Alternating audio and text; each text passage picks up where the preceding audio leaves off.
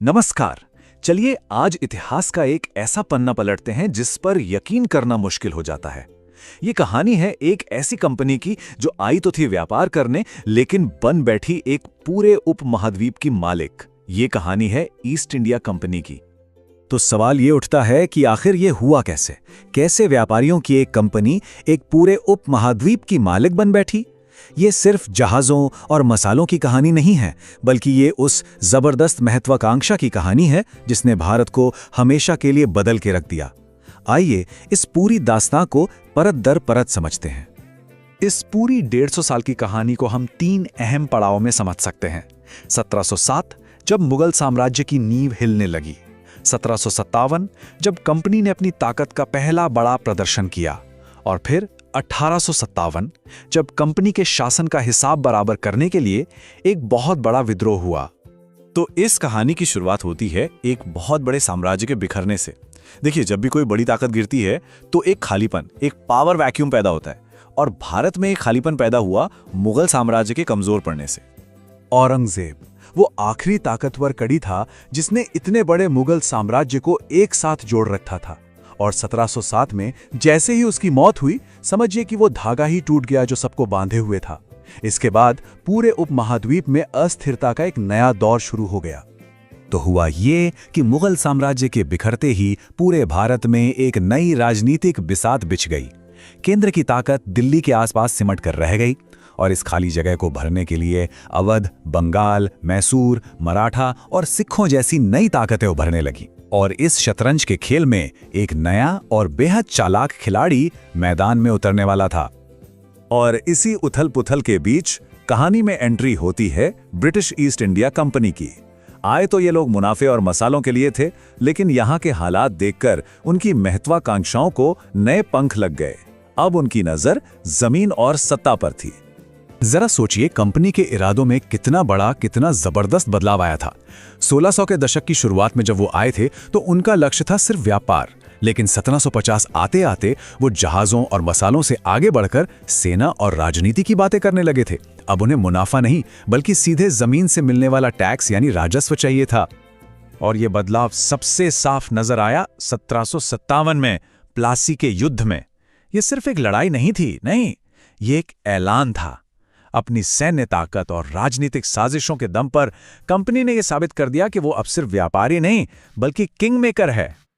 प्लासी के बस कुछ ही साल बाद 1765 में हुई इलाहाबाद की संधि। इस संधि ने तो सब कुछ ऑफिशियल कर दिया। कंपनी को दीवानी का अधिकार मिल गया। अब ये दीवानी क्या थी? सीधे सीधे कहें तो बंगाल, बिहार और उड़ीसा जैसे भारत के सबसे अमीर सूबों से टैक्स वसूलने का लाइसेंस। तो अब कंपनी के पास पैसा भी था और फौज भी, लेकिन सवाल यह है कि उन्होंने इसका इस्तेमाल करके इतने बड़े देश पर कब्जा किया कैसे? इसका जवाब छुपा है उनकी बेहद शातिर राजनीतिक चालों में। इनकी 2 सबसे बड़ी और सबसे खतरनाक नीतियां थीं। पहली सहायक संधि यानी सब्सिडियरी अलायंस, और दूसरी व्यपगत का सिद्धांत या डॉक्ट्रिन ऑफ लैप्स। ये कागजी नीतियां किसी भी तोप या तलवार से ज्यादा घातक साबित हों। सहायक संधि को आप एक तरह का प्रोटेक्शन रैकेट समझ सकते हैं। अंग्रेज भारतीय राजाओं से कहते थे, हम आपको बाहरी हमलों से सुरक्षा देंगे, बस आप हमारी सेना को अपने राज्य में रखिए और उसका खर्चा उठाइए। नतीजा, भारतीय राजाओं ने अपनी आजादी खो दी, अपनी विदेश नीति पर उनका कोई कंट्रोल नहीं रहा, और वो अंग्रेजों के कर्ज में डूबकर उनकी कठपुतली बन गए। और फिर आई डॉक्ट्रिन ऑफ लैप्स, जो शायद और भी ज्यादा कुटिल नीति थी। इसका सीधा मतलब था कि अगर किसी राजा का अपना कोई बेटा नहीं है तो उसका राजपाट सीधे सीधे अंग्रेज हड़प लेंगे। इस नीति ने भारत में सदियों से चली आ रही गोद लेने की परंपरा को सिरे से नकार दिया, जिससे भारतीय शासकों में बहुत ज्यादा गुस्सा था। तो ये तो हुई राजनीतिक कब्जे की बात, लेकिन इस जीत की एक बहुत बड़ी आर्थिक कीमत भी थी, और ये कीमत चुकाई भारत के आम लोगों ने। ये कहानी है भारत से धन की एक सिस्टमैटिक लूट की।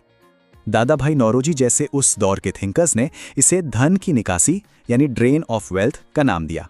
मतलब साफ था, भारत की दौलत, भारत के संसाधन यहां से खींचकर ब्रिटेन भेजे जा रहे थे, और ब्रिटेन अमीर हो रहा था जबकि भारत गरीब। अब सवाल उठता है कि यह पैसा जा कहां रहा था? तो सुनिए, भारतीय लोगों के टैक्स के पैसे से लंदन में बैठे कंपनी के शेयर होल्डर्स को डिविडेंड दिए जा रहे थे। ब्रिटेन में रह रहे रिटायर्ड अफसरों को पेंशन दी जा रही थी, और तो और उन सभी ब्रिटिश जंगों का खर्चा भी भारत उठा रहा था जिनका भारत से कोई लेना देना ही नहीं था। और इसका एक और भयानक नतीजा हुआ। ब्रिटेन में जो औद्योगिक क्रांति हो रही थी उसने भारत के छोटे-मोटे उद्योगों को पूरी तरह बर्बाद कर दिया। ब्रिटेन के कारखानों से बने सस्ते माल ने भारतीय बाजारों को भर दिया, जिससे हमारे लाखों बुनकरों, कारीगरों की रोजी रोटी छिन गई। भारत जो कभी एक उत्पादक देश था, अब सिर्फ ब्रिटिश माल का एक बाजार बनकर रह गया। और जब जुल्म बढ़ता है तो एक दिन लावा फूटता ही है। अब हम कहानी के उस मोड़ पर पहुंच चुके हैं जहां 100 साल से इकट्ठा हो रहा गुस्सा, अपमान और शोषण एक भयानक विद्रोह की शक्ल में फट पड़ा। देखिए, ये विद्रोह कोई एक दिन में नहीं हुआ, इसके पीछे सालों के कारण थे। राजनीतिक तौर पर राज्यों को हड़पने की नीतियां, आर्थिक तौर पर जमीन से लगान वसूलने के क्रूर सिस्टम और धन की लूट, और सामाजिक तौर पर यह गहराता डर कि अंग्रेज लोगों का धर्म और उनकी संस्कृति छीन लेना चाहते हैं। इतने सारे बारूद पर बस एक चिंगारी की जरूरत थी, और वो चिंगारी बनी वो नई राइफल की कारतूसें जिन पर यह अफवाह फैली कि गाय और सूअर की चर्बी लगी है और उन्हें इस्तेमाल करने के लिए मुंह से खोलना पड़ेगा। यह हिंदू और मुसलमान दोनों ही सैनिकों के धर्म पर एक सीधा हमला था। और बस ये चिंगारी आग बन गई। विद्रोह मेरठ से शुरू हुआ, दिल्ली पहुंचा और देखते ही देखते पूरे उत्तर भारत में फैल गया। रानी लक्ष्मीबाई, नाना साहब, तात्या टोपे जैसे कई नायकों ने बहुत बहादुरी से लड़ाई लड़ी, लेकिन आखिरकार अंग्रेजों की संगठित सेना ने इस विद्रोह को बहुत ही बेरहमी से कुचल दिया। विद्रोह भले ही कुचल दिया गया हो, लेकिन इसने एक बात साफ कर दी, ईस्ट इंडिया कंपनी का खेल अब खत्म हो चुका था। ब्रिटिश हुकूमत को भी समझ आ गया कि एक प्राइवेट कंपनी के हाथ में अब भारत को नहीं छोड़ा जा सकता, और इसीलिए 1858 में कंपनी राज को खत्म कर दिया गया। तो अब सत्ता ईस्ट इंडिया कंपनी के हाथों से निकलकर सीधे ब्रिटिश क्राउन यानी ब्रिटेन की महारानी के हाथ में आ गई। यहीं से कंपनी राज का अंत हुआ और ब्रिटिश राज की शुरुआत हुई। लेकिन यहां एक बहुत बड़ा सवाल खड़ा होता है। हुकूमत करने वाले बदल गए थे, एक कंपनी की जगह अब सीधा क्राउन का शासन था। पर क्या इससे भारत के लोगों के लिए असल में कुछ बदला था, या सिर्फ मालिक का चेहरा बदला था, नीतियां नहीं? ये वो सवाल हैं जिसने आने वाले 90 सालों तक भारत की तकदीर तय की।